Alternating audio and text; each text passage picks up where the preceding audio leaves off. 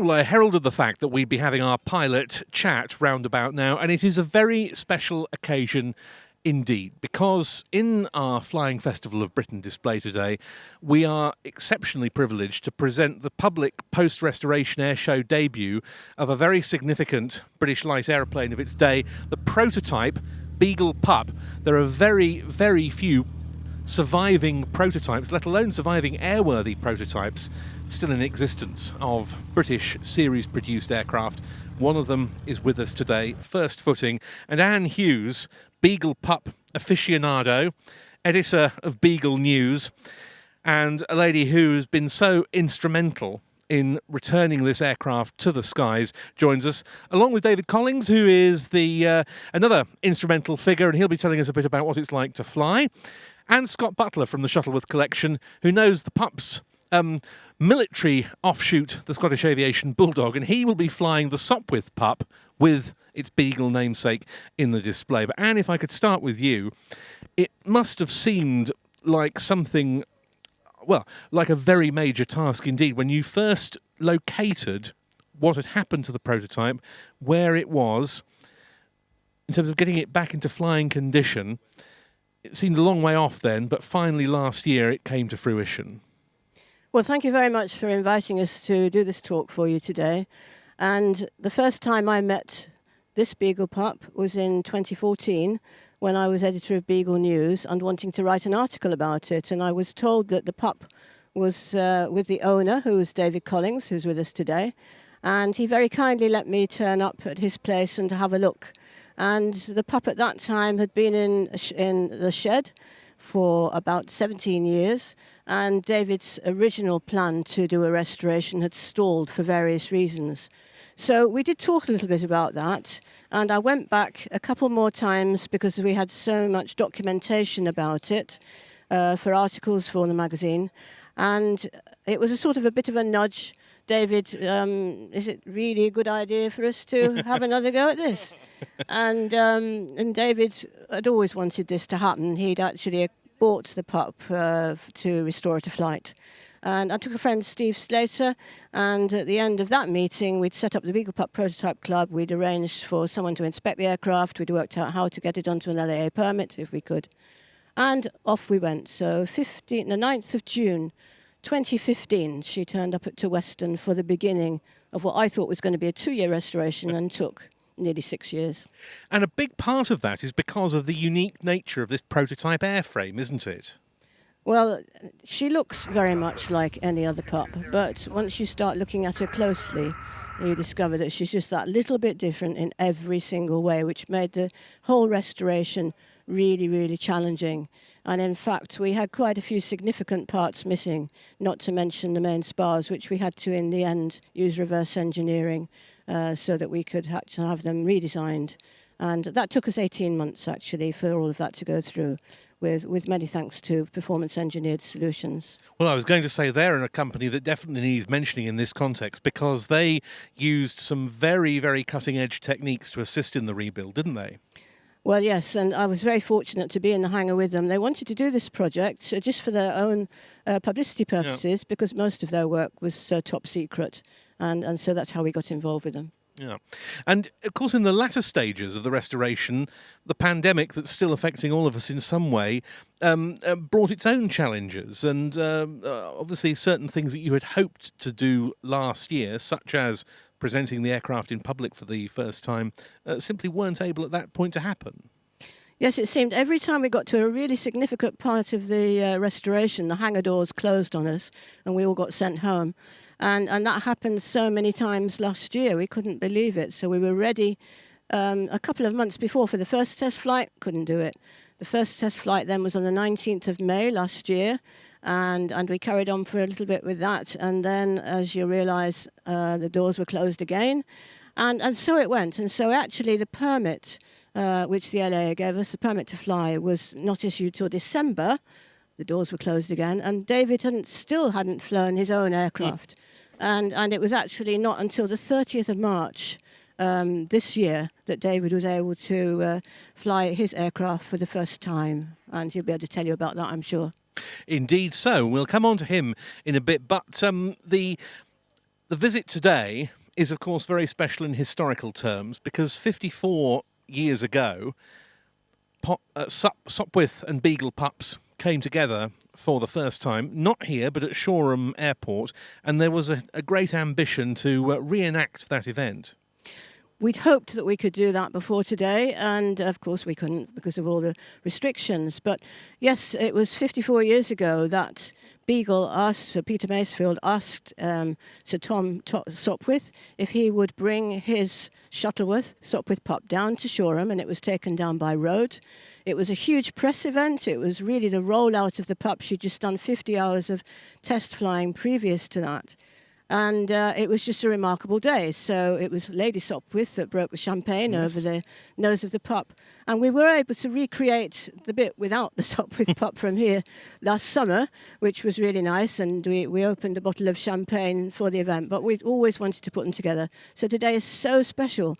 Not just that we've had a photo shoot this morning with them together, but also that we'll see them flying in the same slot. So that is remarkable, very moving, and I must admit, quite an emotional time.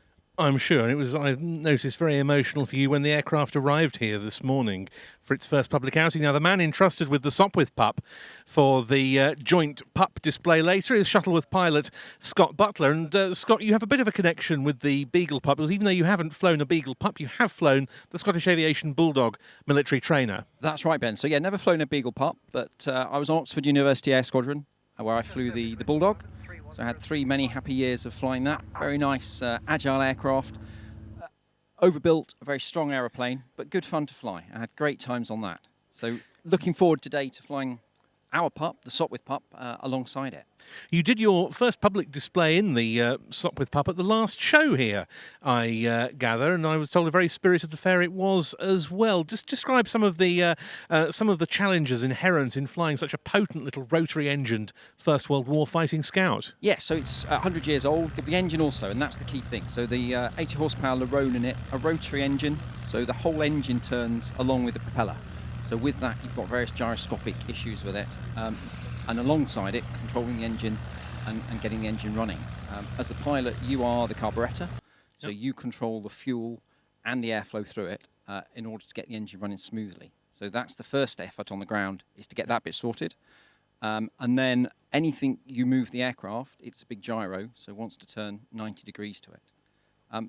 That said, though, it's a little fighter. It's a powerful little aeroplane and quite potent. I rather enjoyed my first display in it. A day much like today with light winds, which is lovely, which is what we do need for these. And looking forward today, if all goes well, Paul Stone's in the Pup prototype. I'm in the Sopwith Pup, and we'll get the two aircraft not just in the same slot, but I hope alongside each other for a few formation passes.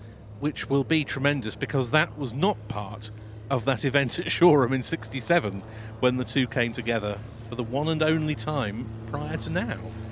No, the pup arrived by road, the Sopwith Pup, and actually Sir Peter Masefield arrived in a helicopter, so none of that happened, and it's going to be wonderful today to be able to recreate that, or to create that, actually, rather than... Yes. Obviously, there's a certain performance differential to take into account between the two aeroplanes, Scott. How will you be managing the formation part, in inverted commas? Paul's probably got the more powerful airplane. Yes. Although I've got the lighter one. So very much Paul formating on myself. Yep. I'll do something around sort of 90 miles an hour or so, which gives Paul a bit of catch-up on that, for him to come alongside me.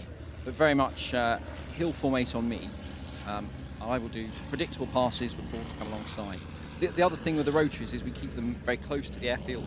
Yes. Always thinking of a forced landing option. Should either the engine falter, or more likely the pilot's mismanagement of the engine to make it falter, and you can just do a safe landing back on the field. So that's the key thing, I think.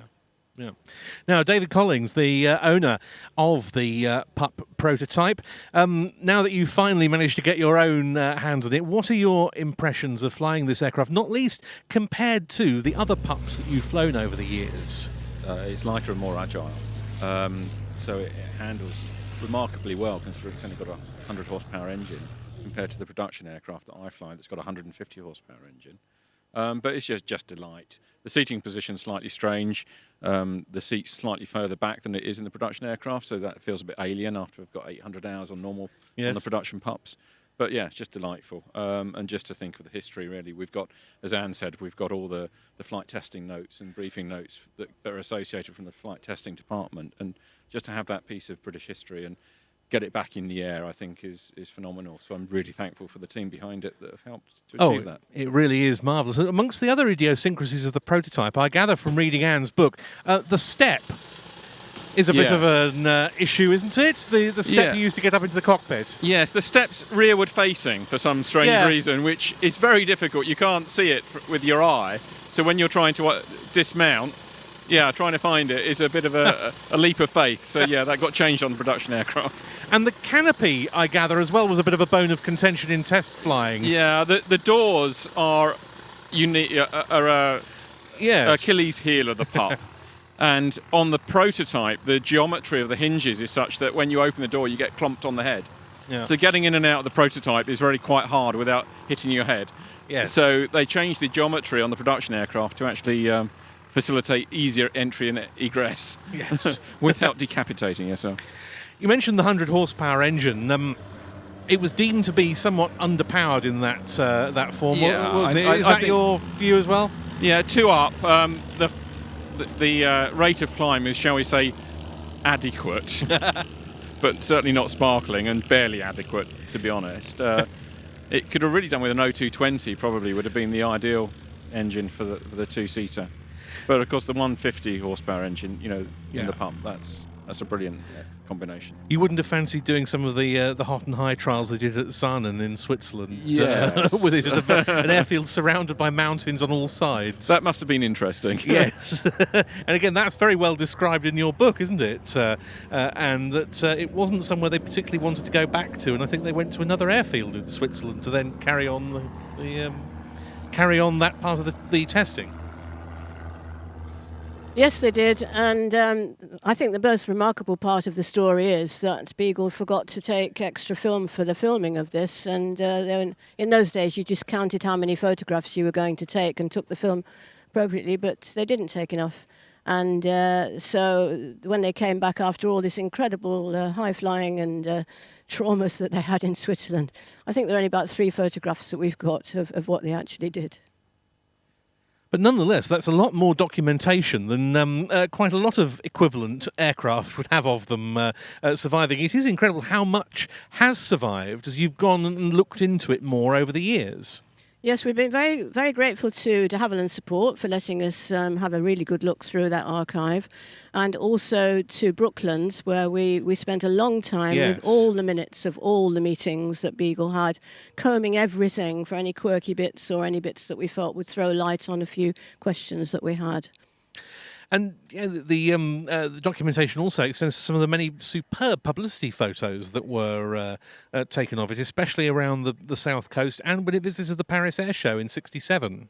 And we've been lucky there again, because as we've been doing the project and we've used Facebook quite a bit, and we have a group of people who watch, people say to us, "Oh, I took a photograph at so-and-so, would you like it?" So we have been collecting these photographs during the restoration. It's been really, really helpful, not just from an aesthetic point of view, but also because some of the questions that we've had about the airframe have been answered by the photographs. And some of the rarest photographs of it are those of it when it looked in period most like it looks now, when it was given the larger fin and rudder, which it didn't have initially, because those were for the trials of the 200 horsepower engine to be used in the Bulldog, and it didn't fly like that for very long at all, did it? No, just for over 20 hours, I think it was, that they flew in that configuration. And then on the 19th of May 1969, the first Beagle Bulldog flew, prototype, and a few days later our pup was grounded and dismantled, partly dismantled, because she was of no further use. And they had no idea that we'd be interested years later. And it's done the rounds of some major aviation collections before coming into David's hands. It was one of the first exhibits at Duxford, wasn't it, when the museum opened in 1973 to the public on a very temporary basis. Then the unfulfilled ambition of a transport museum in Brighton. It went there, and then on to Brooklands, and then the story really goes on from there. Yeah, we've got to be thankful to Peter Maysfield for both the archive and for maintaining the airframe. So both the Beagle Pup airframe and the 206 prototype airframe were taken under his wing, and he did look after them once Beagle went into liquidation. So they went up to Duxford, and then down to Shoreham, and then latterly to Brooklands, where he was chairman of the trustees. Yes. And I acquired the airframe from Brooklands back in 1993. Obviously, it had nothing to do with Brooklands and the Brooklands collection.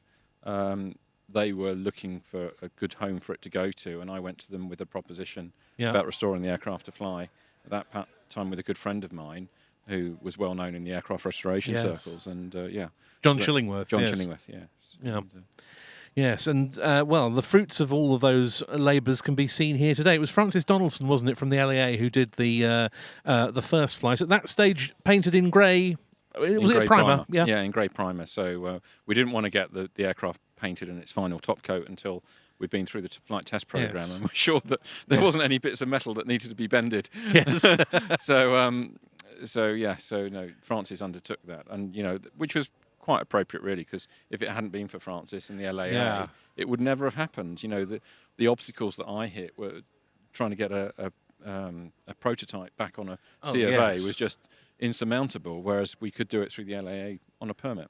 Tremendous. And we were talking earlier a little bit about this, but this, we think, is its first, we'll be right in thinking, first public air show outing since Farnborough 68. We think that's probably... I haven't been through the archive to see. I think it was exhibited there, Anne, wasn't it? Yeah, she didn't fly at Farnborough, so she was inside there, but it was the Paris Air Show the year before where she started her publicity career. And from then on, obviously, anywhere she went, she was well photographed. And there are some amazing pictures from that Paris show of it in front of the giant Soviet Antonov An-22 anti-transport making its first Western appearance. Yes, and that was also the time in 1967 when Concorde was very much part of the story. Yes. And so I think the eye was taken off the pup significantly, really, at that particular time, and the government money went into Concorde rather than into Beagle. Yes, indeed, because it was only a couple of years before Concorde first flew and the mock-ups were starting to appear, weren't they? Yes, and the Beagle story is one there have been many books about, but isn't it great to be able to perpetuate the legacy of this British light aircraft manufacturer through this airframe? And talking today to people about the pup, it's amazing how many people have come to me just here and said, I learnt to fly on the Beagle Pup and I loved it. And she has got a complete record for that, of being a trainer for many, many people that visit air shows nowadays and have fond memories. There's such a great community of pup and bulldog owners, isn't there, in the UK and overseas? Yeah, there's about 55 flying pups, as far as I remember. And, of course, we have the Beagle Pup and Bulldog Club, who perpetuates that. And everyone who has one is in love with their aircraft. They're beautiful to fly and, of course, now historical. So it's a combination. And we can't wait to see this one fly later on. Anne Hughes, David Collings and Scott Butler, who's had to go off to other duties. Thank you all very much indeed. And we look forward to our pup duo and then Beagle Pup with Bulldog. They should be on slot, if all goes well, at just after 10 to 4 in today's display. Well, thank you very much, and thank you, Ben, for giving us the opportunity to share a wonderful story with everybody. Well, the thanks are all ours. Thank you very much indeed.